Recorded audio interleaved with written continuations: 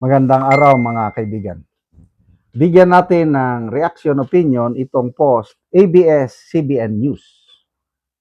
Unofficial, unauthorized. Kung ilarawan ni Senator Vicente Soto III ang pagdinig ng mga senador mula sa Cayetano Block ngayong Huwebes, Hunyo 4.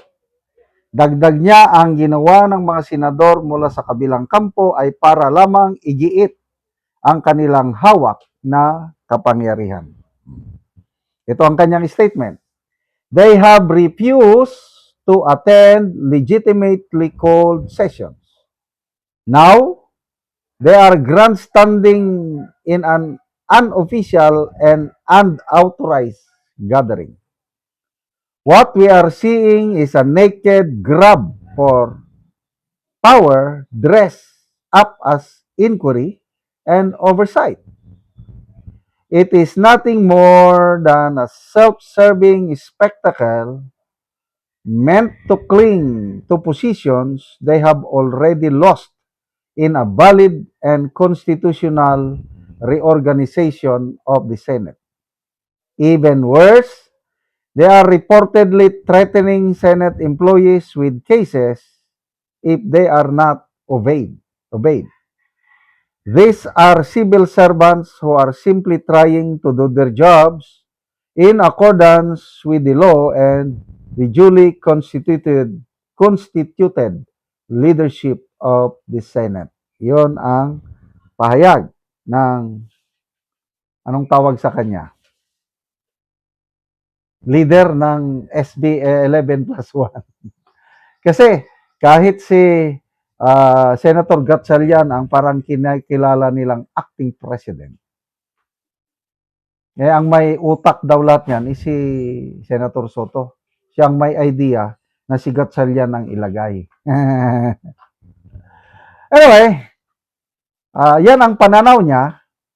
Illegal, unauthorized. I don't care sa akin. Importante sa akin, narinig ko na nagsalita, nanumpa muna ang mga Brave 18 Marines, then nagsalita.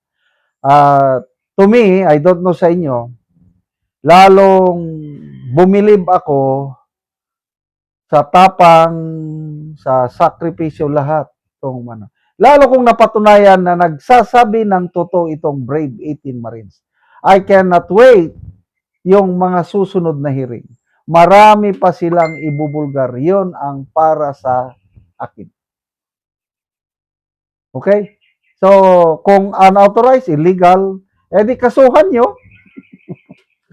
Kasuhan nyo si SP Soto, kasuhan nyo si Marcoleta, kasuhan nyo ang mga taong nakinig.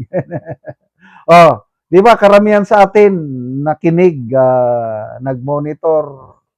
Di kasuhan din nila tayo dahil unauthorized, illegal daw ang...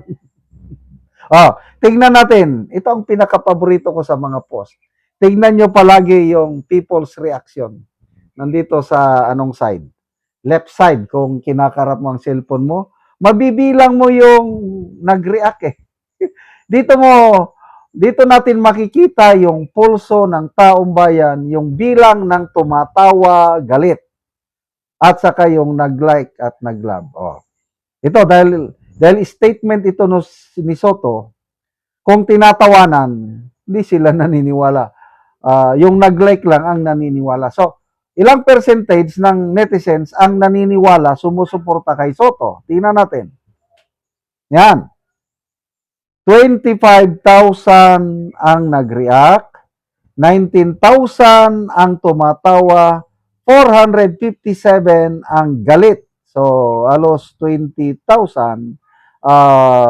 percentage-wise, nasa 85%. Ang nag-like lang sa kanya is 5,100. Ito yung sinasabi ko sa mga post tungkol sa bangayan sa Senado. Pinaka-lowest is 80, pinakataas 90% sa mga netizens pumapabor sa ginagawa ng grupo ni SP Soto. 5 to 10% lang ang naniniwala dito sa mga pahayag o ginagawa ng grupo ni Soto. Opinion ko lang yan based dito sa reaction. No? Tinatawanan lang siya, 19,000. Kung baliktarin nimo, out of 25,000, 19,000 ang nag-like. O di ba? Ibig sabihin, 80 to 85% naniniwala kay Soto dahil nag-like sa kanyang statement. O, basa tayo sa mga comments. O, Manolo Bautista, Attorney Titi, ano ba yung Titi? Attorney Soto, the lawyer who never was. Eric Chavez, ex-Senate President of the Philippines, is now officially Bulaga. Shen Xiao, smile muna Soto, yung nakasakay ka ba sa jet plane? Kanina, ang sarap. Ang ganda ng mga birada ni Senator Amy. Oh. May pinakita siyang litrato. Ayan, helicopter, may nakasakay. Kaninong helicopter yan? Taas na. Saldico, ma'am, boss Saldico. Sino yung nakasakay? Taas na naman yung kamay. Senator Soto and Senator Lacson, ma'am. Bakit sila nakasakay? Saan sila papunta? Ma'am, nung eleksyon po yan, papunta sila sa, I'm not sure, Bicol ba? O yan, pinatotohanan, dinitalye ng isang Marines, I think Johnny Baudang, yung detalye, sumakay. What does that mean? Kung sumakay ka sa helicopter ng isang tao, close friend ka niya. Hindi ka basta-basta makasakay sa helicopter ni Saldico kung hindi kayo close, di ba? So, the fact na nakasakay sila sa helicopter ni Saldico, close, itong tatlo. Ganun lang yun ang pagkakaintindi ko. I might be wrong, kung hindi sila close, hindi. Eh bakit sila sumakay sa helicopter ni Saldico? Ganun lang yun.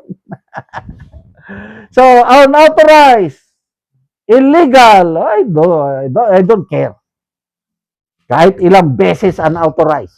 Basta sa susunod na hearing, suspended muna. But may susunod. Manunod ulit ako niyan. And I believe, marami sa atin manunod. Yung hearing ni Tulfo, BRC Chairman Tulfo daw sa Lunes, tingnan natin kung anong mangyari. Salamat mga kaibigan sa inyong pagsubaybay sa channel nito. Nakakatulong kayo ng malaki sa tribong Talandig na Bukidnon dahil ang income natin sa channel nito is pantulong sa tribo.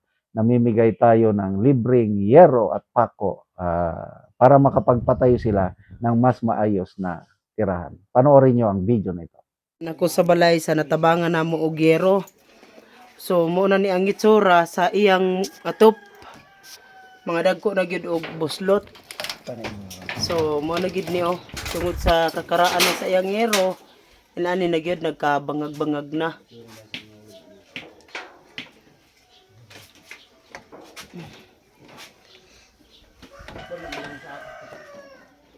Og karon mo na ni ang yero nga among gihatag. So katop na gyud siya karon.